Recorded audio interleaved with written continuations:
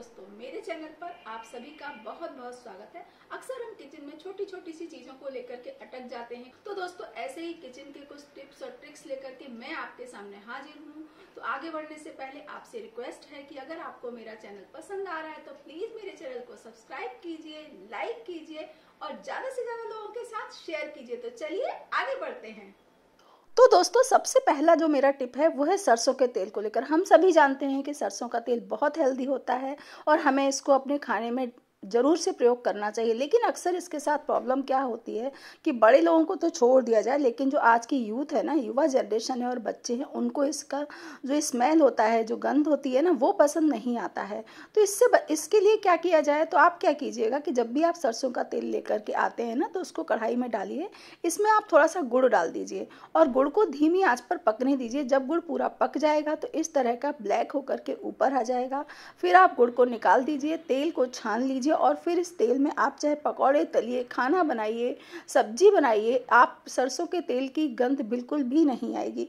आप चाहें तो गुड़ की जगह पर नमक का प्रयोग भी कर सकते हो। और सबसे बड़ी बात दोस्तों ये है कि इसका जो बॉइलिंग पॉइंट होता है ना, बहुत हाई होता है। तो आप इसको गर्म कर लोगे ना, उसके बाद भी इस तेल का कोई भी नुकसान हमारी सेहत के लिए नहीं होता है। तो आप इसे ज़रूर से प्रयोग करके देखिएगा। नंबर 2 टिप है दोस्तों कि जब भी हम पकौड़े बनाते हैं कढ़ी के लिए ना, तो कई बार पकौड़े बहुत ठोस हो जाते हैं। पकौड़े ठोस हो जाते हैं तो कढ़ी उसमें भर नहीं पाती है।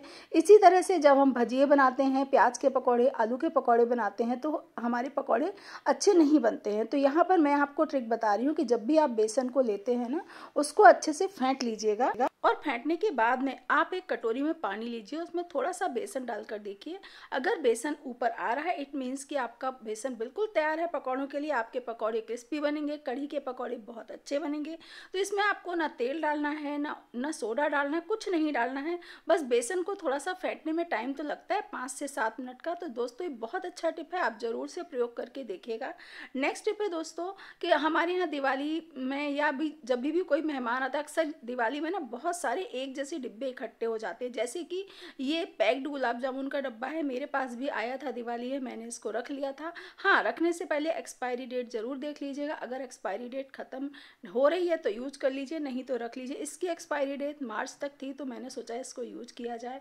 तो हमें क्या करना है दोस्तों कि आप गुलाब जामुन को पैकेट को खोल लीजिए। खोलने के बाद में इसको छान लीजिए। छानने के बाद में क्या होगा कि जो चाशनी है वो नीचे चली जाएगी। और होता क्या है कि ये जो गुलाब जामुन है इतने मीठे होते हैं कि हम खा नहीं सकते इनको। तो चाशनी जब हमारी अलग हुई, उसके बाद हथेली से इस तरह दबा दबा कर, जैसे मावा बाटी होती है ना, उसी तरह से दबा दबा करके ना आप इसकी जो एक्स्ट्रा चाशनी है वो पूरी चाशनी को निकाल दीजिए। निकालने के बाद में इस तरह से हमारे गुलाब जामुन फ्लैट हो गए थोड़े से और बनकर हो गए तैयार।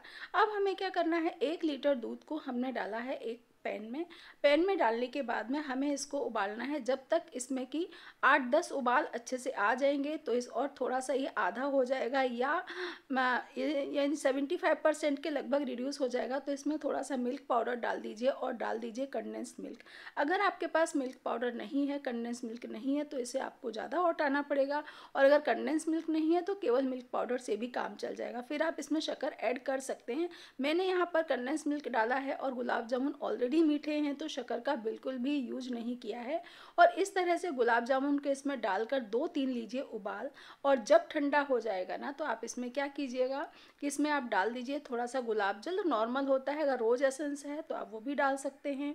और इसके बाद में इसके ऊपर डाल दीजिए ड्राई फ्रूट। इतना बढ़िया जो स्वीट है बनके तैयार होता है ना दोस्तों, कि आप मेहमानों को खिलाओगे तो आपके मेहमान भी कहेंगे वाह क्या चीज़ बनाई है। और सबसे बड़ी बात है कि इसमें हमने कोई एक्स्ट्रा पैसा खर्च नहीं किया है। नेक्स्ट टिप है दोस्तों कि जब भी हम बाजार से इस तरह के पैकेट्स लेकर के आते हैं तो इसमें एयर भरी हुई होती है।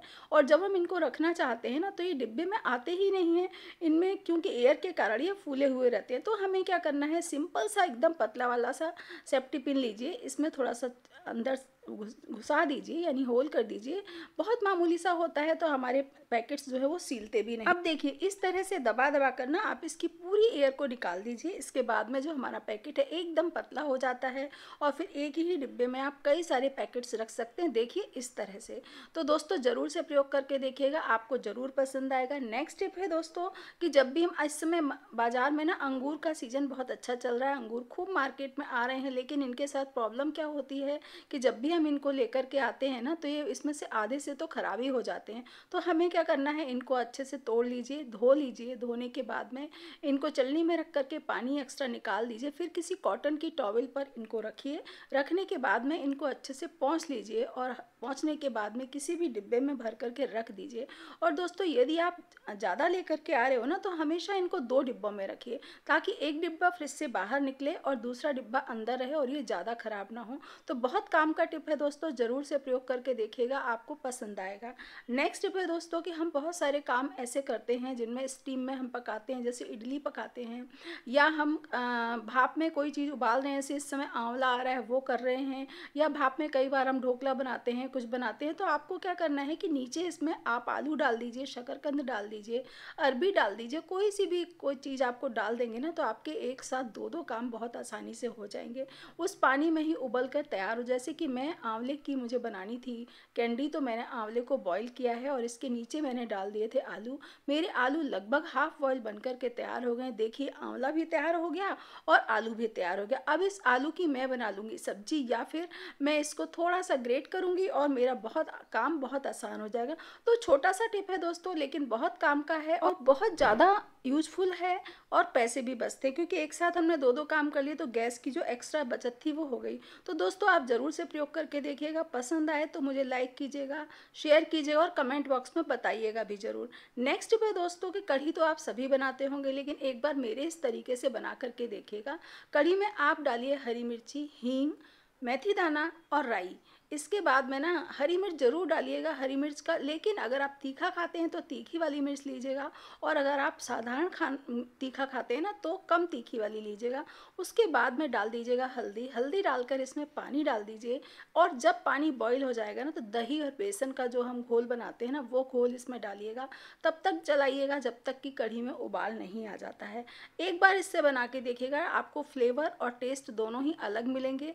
तो दोस्तों, ये बहुत अच्छा सा टिप है, आप ज़रूर प्रयोग करके देखें। नेक्स्ट टिप है दोस्तों कि जब भी हम कढ़ी बनाते हैं ना, तो अक्सर हम दूसरे काम नहीं कर पाते। उबाल आने के बाद में ना आप क्या कीजिए, क्योंकि कढ़ी के उफड़ने का डर रहता है, आप क्या कीजिएगा कि कढ़ी जब उबाल आ जाएगा ना, तो इसमें डाल दीजिए 1 कटोरी और फिर इसको उबलने दीजिए। कितनी भी देर तक आप उबालेंगे ना, कढ़ी आपके पैन से बाहर नहीं आएगी, इस बात की गारंटी। और फिर उसके बाद में आप दूसरे काम कर सकते हैं। फिर कढ़ी में डाल दीजिए पकौड़े, और आपकी पकौड़े वाली कढ़ी मिनटों में बनकर के तैयार भी हो जाएगी, और आपको इसके लिए एक्स्ट्रा एफर्ट नहीं लगाना पड़ेगा, क्योंकि अक्सर हम लोग मल्टीटास्किंग होते हैं, एक ही चीज़ में हम बहुत सारा समय नहीं दे पाते हैं। तो ये लीजिए, कढ़ी तैयार है। मेरे टिप्स भी कंप्लीट हो गए। पसंद आए हो तो मुझे ज़रूर बताइएगा। Bye bye.